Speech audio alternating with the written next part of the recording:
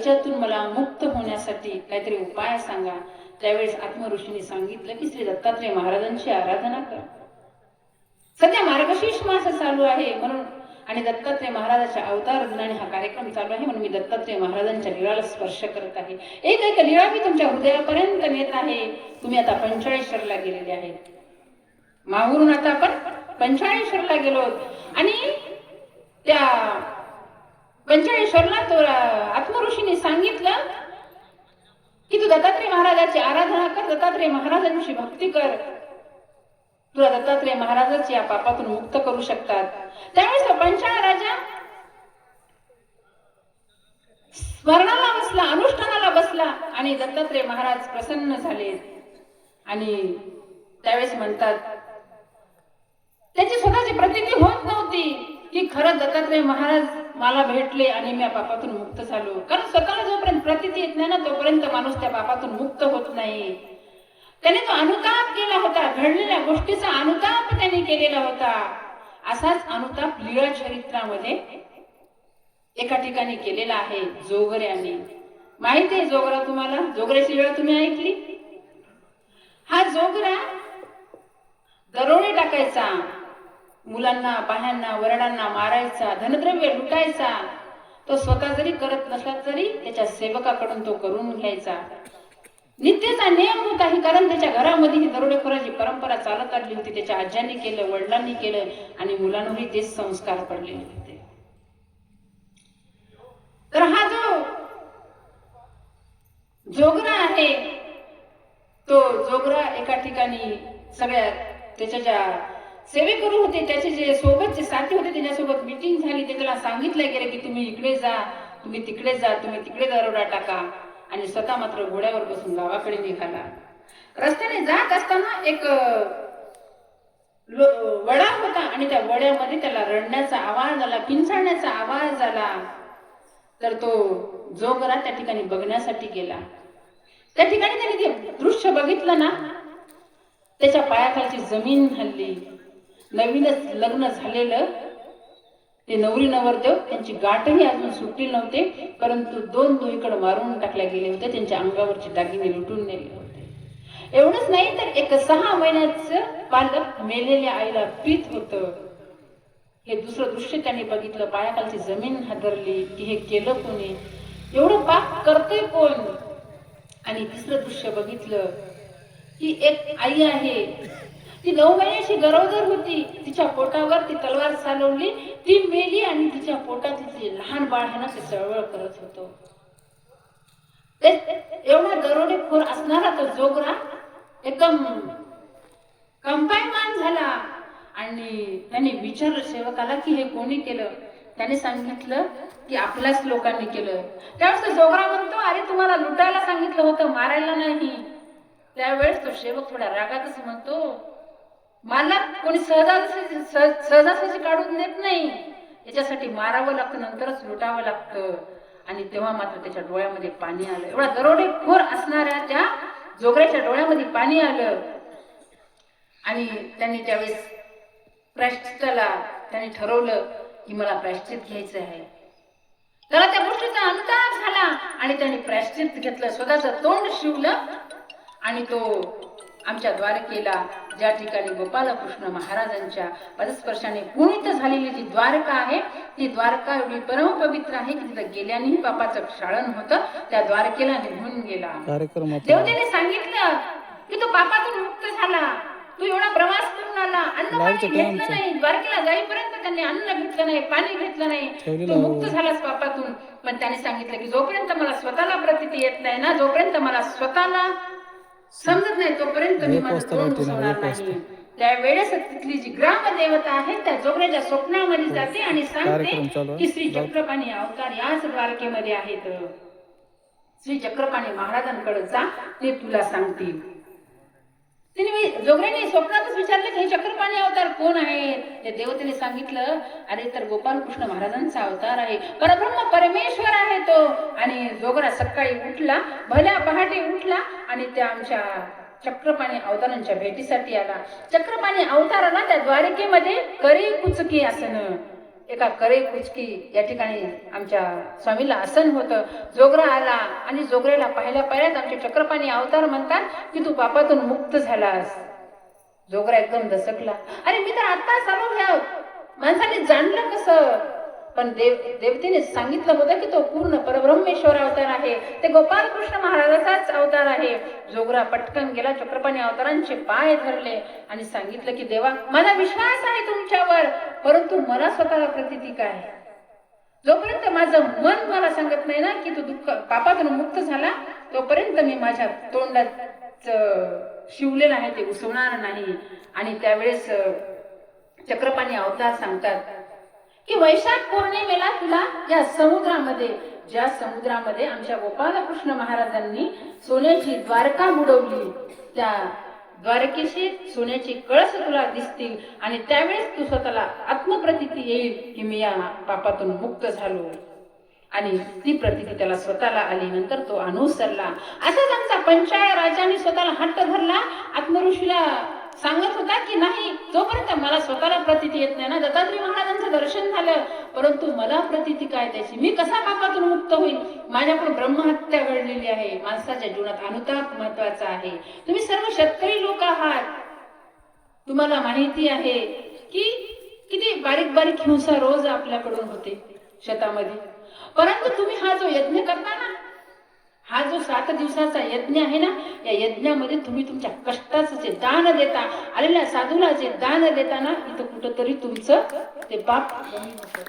कारण दान दिल्याने, कारण असं एक आहे की आपण जे कमवतो ना, त्याच्यात 4 हे धर्मासाठी दिलं पाहिजे आणि त्याच्यामध्ये तुमचं गाव अग्रेसर आहे. ज्या पोथीच्या कार्यक्रमासाठी 10 क्विंटलसाठी इथं एक महानुभाव येतो आणि 100 क्विंटल धान्य घेऊन जातो एका छोट्याशा खेड्यातून, केवढी स्वाभिमानाची गोष्ट आहे आणि तुमचं केवढं उदारपण आहे हे.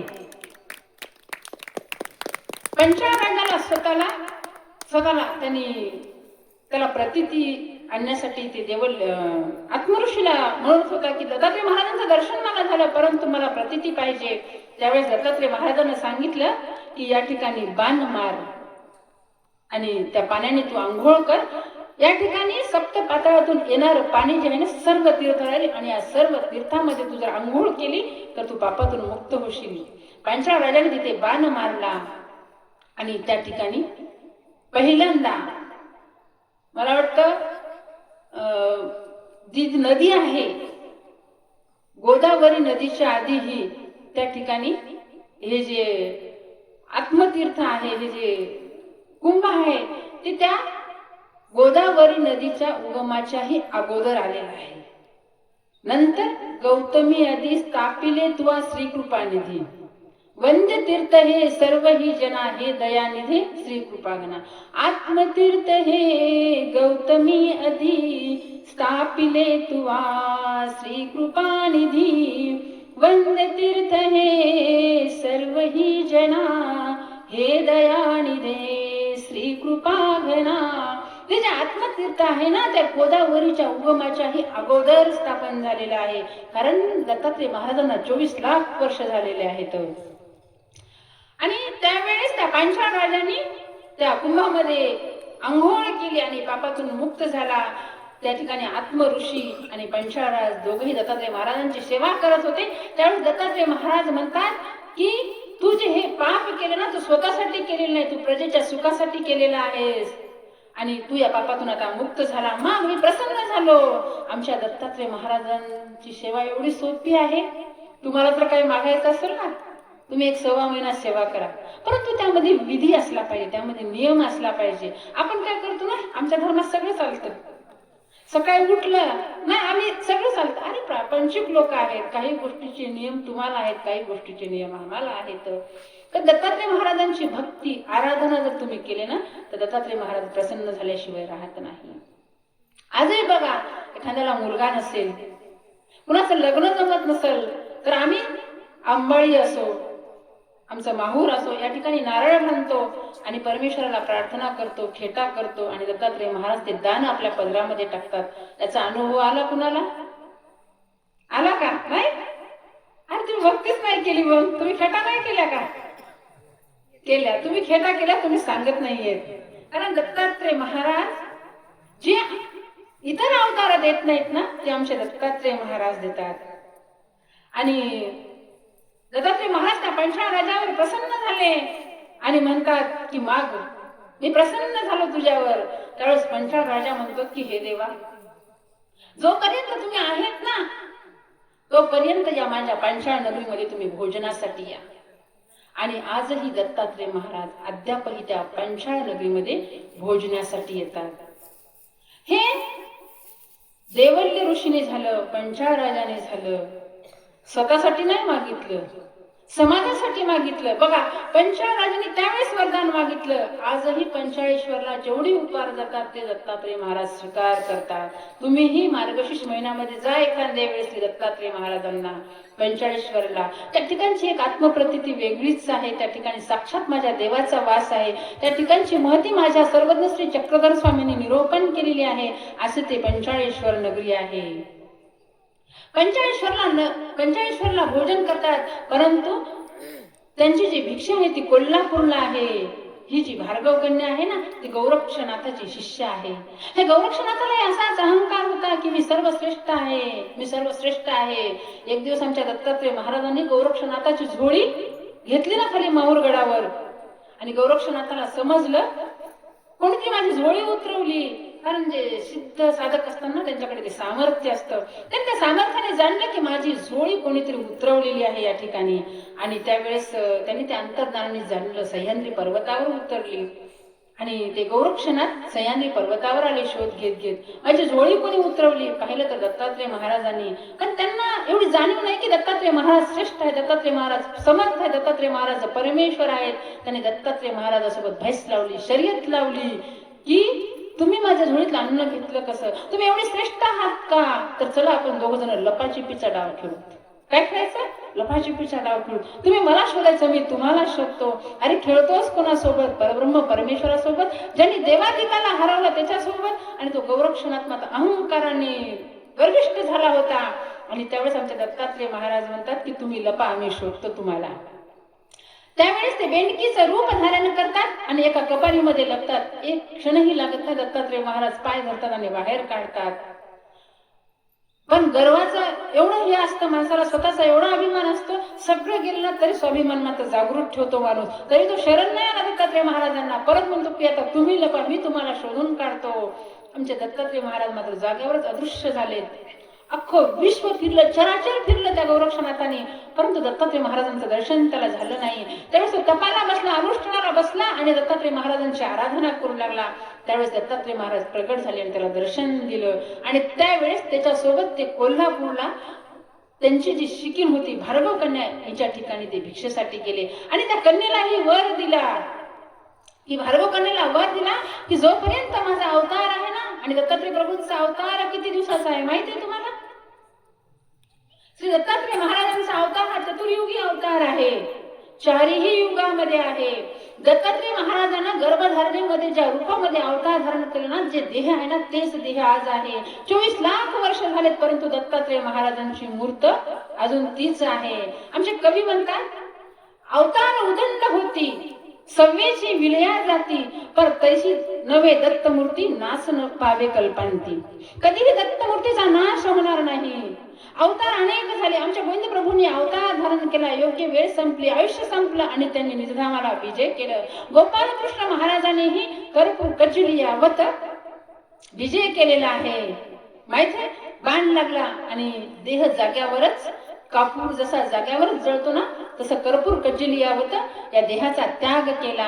श्री दत्तात्रय महाराजांचं तसं नाहीये. श्री दत्तात्रय महाराजांची जी 24 लाख वर्षापूर्वी अवतार धारण केलेली जी मूर्त आहे ना, तीच आजही मूर्त आहे. आणि तीच त्या दत्तात्रय महाराज हे चतुर्युगी अवतार आहेत, चारही युगामध्ये आहेत. कितीही सृष्टीचा संहार झाला, परसृष्टीची रचना झाली, तर दत्तात्रय महाराजाचा अवतार बदलणारा नाही. आमच्या देवाचा अवतार जो आहे चक्रधर स्वामींचा, त्यांचा 1000 वर्षाचं आयुष्य आहे. आपण या वर्षीची चक्रधर जयंती चांगली केलेली आहे. ती कोणती केलेली आहे? अष्टशताब्दी, बरोबर. अष्टशताब्दी तर अजून 200 वर्ष जीवोद्धरण कार्याला बाकी आहेत. आपण भाग्यवान आहोत. अवतार विद्यमान असते वेळेस आपला जन्म झाला आणि उद्धरण. कारण आमचे नागदेव आचार्य म्हणतात की येणे अवतारे जो उद्धरे तो कहीची उद्धरे मा न उद्धरेची. जो या अवताराच्या याच्यामध्ये जर उद्धरला गेला नाही ना, तो या सृष्टीमध्ये कधीच उद्धरला जाणार नाही. आणि त्या यशामध्ये आमचा जन्म झाला. त्या अवताराच्या सन्निधानामध्ये आजही आमचे चक्रधर स्वामी आणि आमचे श्री दत्तात्रेय महाराज विद्यमान अवतार आहेत. त्या भार्गव ऋषीला वर दिला आमच्या दत्तात्रेय महाराजांनी की जोपर्यंत चंद्र सूर्य पृथ्वी आहे ना, माझा अवतार तर चतुर्युगी अवतार आहे, तोपर्यंत मी या कोल्हापूरला भिक्षेला येईल. आजही आमचे श्री दत्तात्रेय महाराज त्या कोल्हापूर या नगरीमध्ये भिक्षेला जातात. दत्तात्रेय महाराजांना अनेकांना वरदान दिलेले आहेत. त्याच्यामध्ये त्यांनी स्वतःचा उद्धार करून घेतला. परंतु एक राजा असा होता, त्याला स्वतःचा उद्धार करता आला नाही, तर ते वरदान त्याच्यासाठी शाप ठरलेला आहे. तो राजा म्हणजे सहस्त्रार्जुन. हा सहस्त्रार्जुनाचा जन्म महिष्मती राजामध्ये झालेला आहे. आणि जेव्हा त्याचा जन्म झाला ना, त्याच्या वडिलाचं नाव होतं कीर्तवीर्य राजा. आणि ह्या राजाला पुत्र संतती नव्हती, त्याच्यासाठी त्यांनी यज्ञारंभ केलेला होता.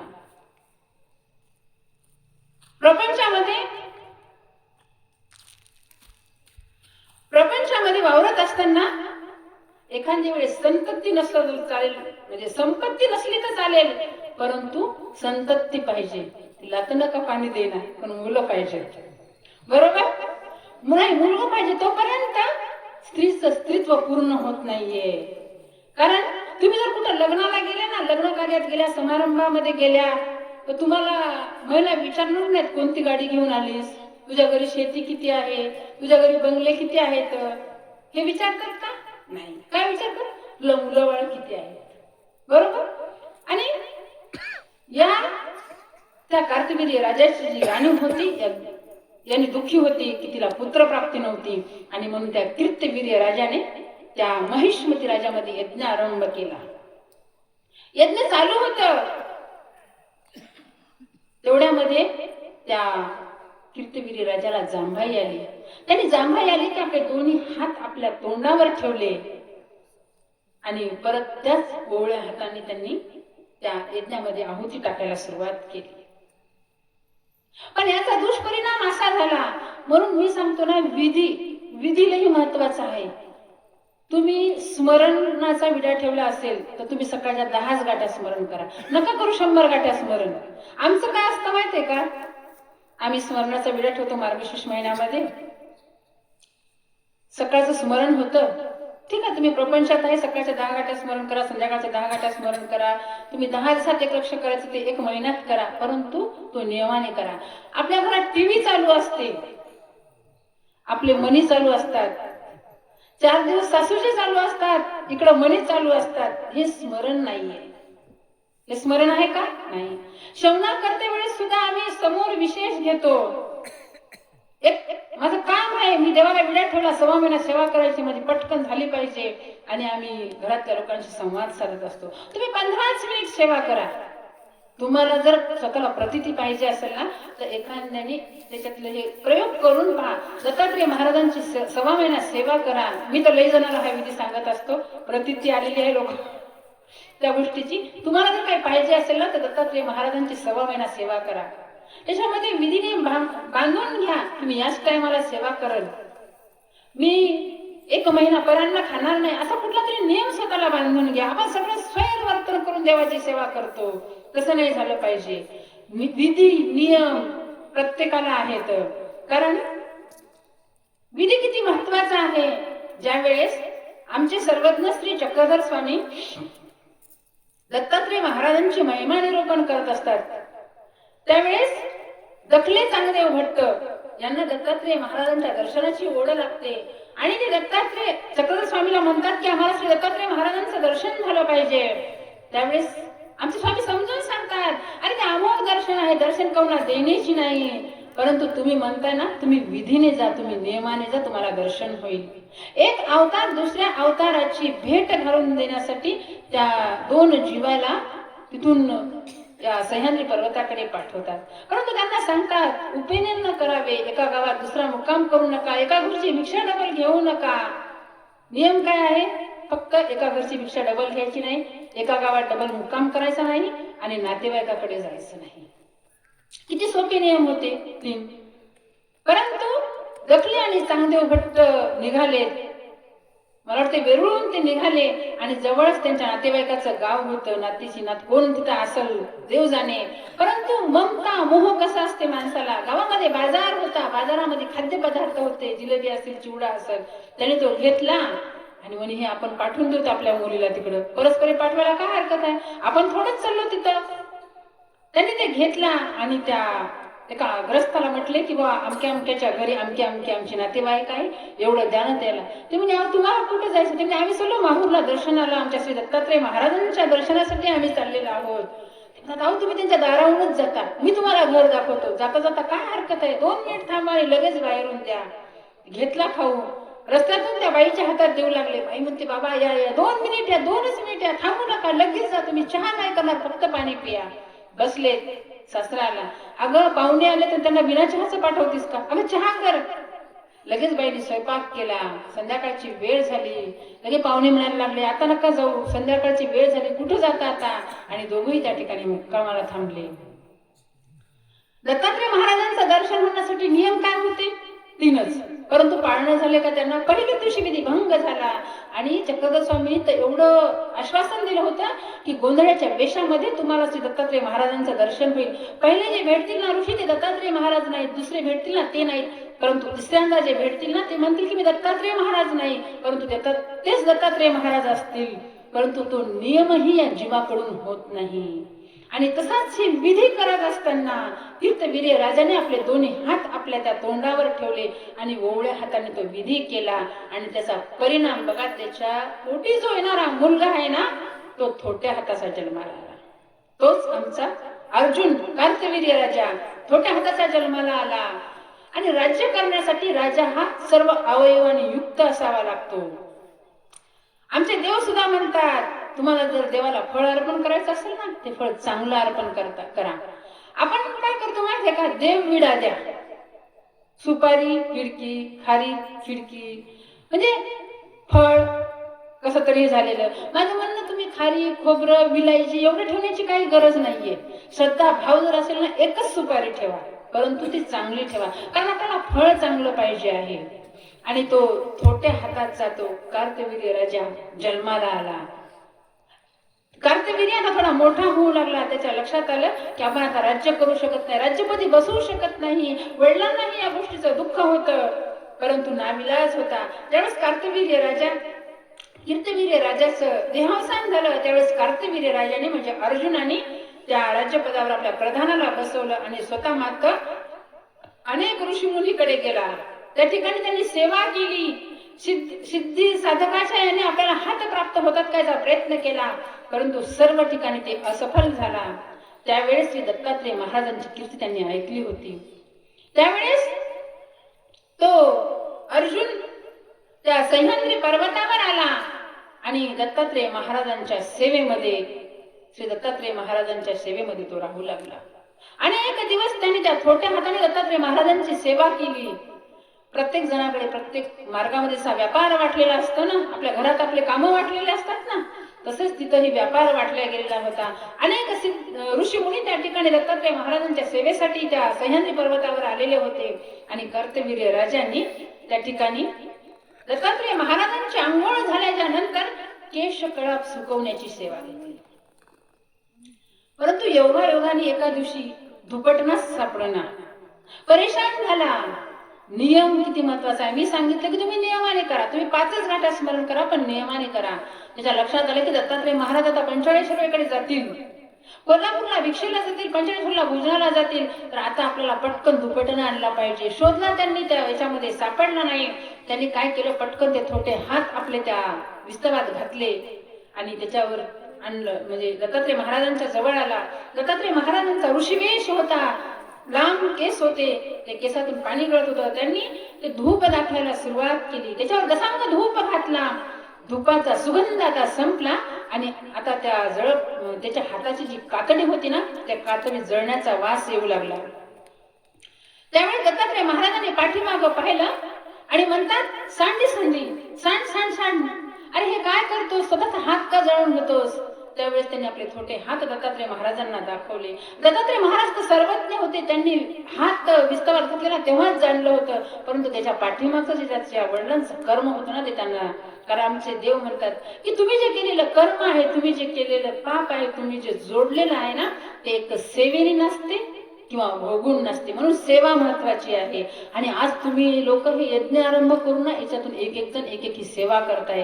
इथं या ठिकाणी तुम्ही झाडताय, स्वयंपाक बनवताय, वाढताय, ज्याच्याकडे जे आहे ना ते तुम्ही त्या ठिकाणी त्या सेवेच्या माध्यमातून अर्पण करण्याचा प्रयत्न करत आहात. आणि ते देवाने सांगितलं की सांड सांड, अरे टाकते.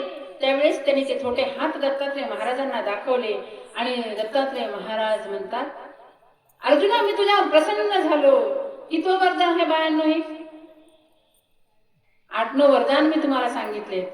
सांग, मी प्रसन्न झालो तुझ्यावर, मग तुला काय पाहिजे? त्यावेळेस त्या अर्जुनाने आपले छोटे हात त्या देवाला दाखवले आणि देवाने त्याला सहस्त्र बाहू दिल्या. सहस्त्र बाहू म्हणजे 1000 हात दिली नाहीत, परंतु त्या 2 हातामध्ये 1000 हत्तीचं बळ येईल हे वरदान दिलं. आतुर बळीया होशील, लोकांचे मनोरथ जाणून पूर्ण करशील, चक्रवर्ती सम्राट होशील, असे 5 वर त्या अर्जुनाच्या पदरामध्ये टाकले.